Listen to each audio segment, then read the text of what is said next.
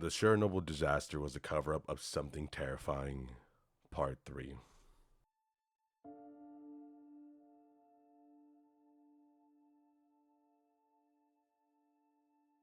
Oh no. No. No, I said anxiously. I immediately realized that the odor was very similar to what we noticed when we entered the bunker for the first time, only much, much stronger. My Geiger counter started clicking, too. What's going on? That guy, Moraz, he told me about this. He told me to run. Just as he finished, the door shook in an enormous slam, sending dust flying in the air and slightly bending outwards. There was nowhere to run. We had heavy steel door on one side and God knows what on the other. I had no idea how we could survive. Luckily, Alex had. Do you still have the rope? Without hesitation, we tied it around one of the pumps. It wasn't easy at first, working with the rope with my hands shaking violently, but then another loud slam echoed through the room. One of the bolts was launched across the room. I felt a wave of cold run down my spine, and suddenly, I had just this one purpose: to tie the knot. Everything else just shut down in my head. I was done, and we dropped it down the broken vent that Alex got dragged into before. We stepped inside and started sliding down the rope. I then heard another slam, and then what I think was the door hitting the ground. It was through. I slid fast, but the rope was starting to burn my hand. I lost the grip and fell down a few meters, landing on top of another vent. It broke and fell through inside another corridor. Alex then landed on top of me. It took us a few moments to get back to our feet. I looked around and saw an orange door titled Decontamination. We were on level 3. There was no handle, only a button on the wall next to it. I pressed it and the door opened after a few seconds. We entered a small room with a control panel. Using it, I closed the door behind us. Several jets then blasted us with air. A green light popped up and then another door in front of us opened, inviting us deeper into the facility. I noticed that the control panel was stained with a smudge of fresh blood. Was Marat still alive and went through here? We couldn't go back. Our only option was to see how deep the rabbit hole goes. It was supposed to be a clean room, but the place was wrecked even more than the upper levels. After some walking and searching, we found a room that looked like a makeshift infirmary. A few dozen of beds, separated with plastic curtains, some medical equipment. Some beds still had information clipboards attached. Patient 2. Quarantine. Survey Team C. Patient in coma. Observation only. Do not interfere. Deceased 0728. Unknown. Patient 6. Quarantine. Survey Team C. Patient in coma. Observation only. Do not interfere. Deceased 0752. Unknown. Patient 19. Quarantine. On-site operative assistant. First contact with Survey Team C. Massive blunt force trauma. Chest. Suspected internal damage. Cranial concussion suspected. Damage to cervical spine dislocated. L shoulder fracture. L humerus multiple lacerations. Chest. Deceased 0404. Internal hemorrhage. Patient 7. Quarantine. Survey Team C. Patient is psychotic and unresponsive. Mild to moderate frostbite. Observation only. Do not interfere. Termination order. Signed. A. Moraz. There were some body bags on the other side of the room, empty. We searched the area and eventually ended up in the lower levels of the facility. There was this rotten smell all around. We entered a room, and well, there's this substance everywhere, on the walls, floor, and ceiling. Everywhere. It was like the flesh with tendrils or veins running across it, like from a Dead Space game. Then we found bodies attached to it. Dozens. Shriveled up like dead insects in a spider web. I think we should go back. We turned around and went back, but then I heard some debris shift in the distance, in the corridor we came from. Soon enough, one of these things crawled into the light emitted by the flashlight. It stood there for a while, staring at us with blank eyes. And then it leaped forward. Then it fell to the ground, dead. And an empty shotgun shell did too, soon after. I heard more of them making their way towards us in the distance. So we ran deep into the facility. I shot a few more on the way, but then ran out of ammo. We eventually found a long, dark tunnel flooded with water. The things were almost on us. I could see them crawl along the walls behind us. We entered the tunnel. The water slowed us down considerably, and I awaited the worst. But then I noticed that we weren't followed. They wouldn't go into the tunnel. We walked for, I don't know, an hour, 2. The water was ice cold. Luckily, it was only about knee deep, so it wasn't too terrible. I already said that Alex didn't look well since I found him, but as we walked through, he seemed to be getting worse. He complained that his head hurt and he felt dizzy. His skin got pale and he looked very weak. After some time, I had to support him, and later, he completely collapsed and fell unconscious. We couldn't go back, so my only option was to find a way to drag him through the water. It went like this for some time, but then I heard something far away in the direction we came from. A splash. I turned and shined my light into the black tunnel. Nothing. I went to continue walking, but then I heard it again. Hello? I called, hoping to hear an answer. Maybe Miraz was here? Or did the creature follow us after all? Nothing. I quickened my pace, but it wasn't easy dragging another person and moving through the knee-deep water. The sound continued. They weren't getting closer or further. They were just there. Then I reached the end. The tunnel was closed off with another massive steel door, and no visible way to open it. It was a dead end. I stopped moving and listened. Those sounds, it wasn't just a splash. It was more like as if someone or something was wading through the water. I panicked and started banging in the door. Calling for help, I had nowhere to go. The sounds were now getting closer. I saw waves in the water, and it was now very close. Slowly turned away and looked into the tunnel. I saw nothing and heard nothing. Just silence and darkness. And then the familiar scent hit my nose. Ozone. Then I heard a metal shift behind me, and the door opened. Dimitri? A familiar voice called. Miraz. What? Who is... Oh no. You brought it here.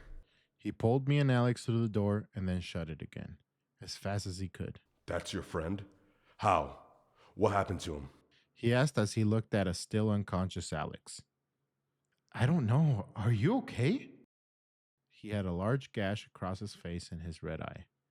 Well, no thanks to you. He noticed the makeshift bandage on Alex's arm and unwrapped it. What he had on his arm wasn't just a regular wound. It was a bite mark. That. Miraz said and pointed at it. Stand back. He stood up and drew his pistol. No, wait. At least tell me what's going on. He's gonna be dead in a few minutes. This will make it easier. For him too. But mostly for us. What? Please. Is there nothing else we can do? He looked at me, looked at Alex, and then stood there. Thinking for a moment, I was immediately relieved when he holstered his gun again. Okay. This might help, He said, and dug up a case with a syringe from his backpack. It looked used recently and was only about half full with a clear liquid. He injected Alex with the rest of it. It won't matter anyways. What do you mean? Follow me. Take him to if you want. I'm not carrying him. I guess you've probably already figured out that this all had something to do with the disaster 30 years ago. He explained as we moved through the facility. The first machine we used for the teleportation experiments, it wasn't powerful or reliable enough. We figured out that this whole thing wasn't as simple as it seemed. We weren't just teleporting one thing to a different place, we were transferring them between multiple parallel realities. But it was limited. We could only exchange two objects with equal mass between two identical places in two different realities. So, we built a new machine here and used a nuclear reactor to power it, hoping that we could possibly move anything to any place between two given realities. We started exploring whole new universes, saw worlds where the Germans won World War II, worlds where we all destroyed each other, even worlds where life never evolved on Earth. But then, someone had this idea. If there was parallel universes, what is between them? There was only one way to know, and that's when it went wrong. As I said, we should have been happy with what we had, but we always want more, right? We tried to access this conduit reality, as they called it, but when they activated the machine, it stayed open. Something happened, and a portal was created, independent from our machine. It was sustaining itself. So we sent a survey team in there. They came back after a few minutes reporting all sorts of strange things about how a strange feeling filled that place, how space and time themselves felt odd, even how some of them claimed to have seen themselves at different places at once. They wouldn't go back, even when we threatened them with all sorts of penalties. We sent a second survey team later. This one didn't come back at all. So when we sent a third team to find them, they came back. But something wasn't right with them when they returned. Their minds were like erased. I pictured the blank stares of the creatures we fought on the way. Shortly after they returned, a massive burst of energy flowed out of the portal straight up into the reactor. But that wasn't all. And you know all this because you took a sick day, right? I was at a different place in the facility when it happened. I'll never forget when they came to me saying that something came through into our world. What was it? I don't know. Nobody knows. It was unlike anything we've ever seen, and it killed almost everyone here. Not just killed, it did stuff to them. You've seen. We're here. We entered a control room filled with computers and various controls and displays. Miraz closed another blast door and sealed us inside the control. We need to close the portal. We have tried it before, but these things wouldn't let us. So, where are they now? As soon as I heard you went to the facility and came back, I knew something was off. This place used to be full of them. At least one is still here. The smell of ozone. But a few years ago, anyone who went in wouldn't get past level 1 alive. But we got this far, and I don't know why. That's what scares me. Something isn't right. I know I'm asking for a lot, but we need to go inside the portal and use this. He emptied his backpack and took out a crude looking contraption with all sorts of wires, coils, and other bits hanging from it. We need to place one in the other reality, and then return with the second end in 2 hours. If it works, it might cause the portal to collapse. And how do you know that the same thing that happened to the third party won't happen to us? That's the thing. I don't. But I'll tell you this. You know how they built that concrete shield over the reactor? They weren't trying to seal the reactor. They were trying to seal this place to prevent whatever came into our world from getting out. And a few years ago, that thing we feared most happened. The shield started cracking. They were trying to get out. So they built a new containment building recently, as you know. But for how long will this go on? Sooner or later, something will fail and they will get out. This might be our only chance to end this for good. How the hell did I get into this? I thought. I was just a random guy at the wrong place in the wrong time. But Miraz was talking as if the fate of the world depended on us. But maybe he was right. Whatever set of coincidences had brought us here, brought me here. Maybe me and Miraz were the only people who could do what needed to be done. All right, let's do it. We put on a pair of what looked like modified spacesuits, left everything other than the device in the control room, and entered the machine. We were in a dome-shaped chamber full with complicated machinery. In the center, there was a sphere of white light. Above it, a black, hollow shaft going straight up with cracks and debris around the opening. We tethered ourselves to the steel rail, and Miraz walked forward into the sphere and vanished. After some hesitation, I did the same. Found myself in a place that I couldn't describe. There's no up or down, and I could walk in any direction. It looked empty, yet I could see countless infinitely large shapes with billions of tiny, shiny dots on the surface. Here. A voice called.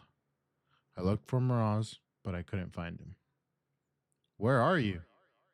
Come. He said and grabbed me by the arm, seemingly out of nowhere. I noticed hundreds or thousands of other white spheres in the distance around us. Are those? Yes. Portals from other parallel realities. Are we going to close all of them? No. Just ours. The others are not our problem. They'll have to find their own way to handle it. We walked towards one distinct shape. As with everything here, I struggled to describe it. It was like a fractal, the same shape repeating over and over and over again. I think this is it. Miraz said, and started doing something with the device. It beeped several times and then started making a high-pitched hum. Oh no. No, this isn't good. What's going on? Listen. I need you to take the other end and return. Once you're back, pull the switch and keep this button pressed until it activates. I have to stay here. I picked up my end of the machine and watched as a wire started unreeling between the two. What about the key to the door outside? There's no key. What? But you said that wasn't the plan. This was always the plan. I couldn't risk. He didn't finish. I saw something in the corner of my eye. Movement. Shit! Don't look at it. Go, now. Run! I ran back, followed the line back into our portal with my eyes almost closed. I went through, placed the device on the ground, flipped the switch, and the device started producing a similar high-pitched noise. I pushed the button. For a second or two, nothing happened. And then, suddenly, the device, or portal, let out an ear-piercing whine, an instant flash and a wave of heat. And then, it was gone. Severed wires and tether lines laid there on the ground, where the portal used to be. In the meantime, Alex woke up. He looked much better, and I told him what happened while he was out. We didn't know what to do now. We thought about going back and tried to cut the chain on the door outside again. But after what happened last time, we doubted that it could work. We probably wouldn't even get there alive at all. But then, Alex had this idea. What if we can use the machine to teleport out of here? Took us several hours to figure out how the controls worked. It was heavily damaged and the reactor was obviously out of question. But the generators above supplied enough power for a simple translocation, as they described it. All we needed to do is input a target vector. And then, the familiar clicking, smell of ozone came. A powerful slam shook the whole room and left a large dent in the steel door that connected the control room with the rest of the facility. Fuck, not again. I think I got it. They have the same vectors written down here. We just need to add some height and we'll get above ground. Make it fast, I said as the door shook in another slam. He did something and the controls lit up with alarm sounding. We ran to the core chamber and closed it behind us.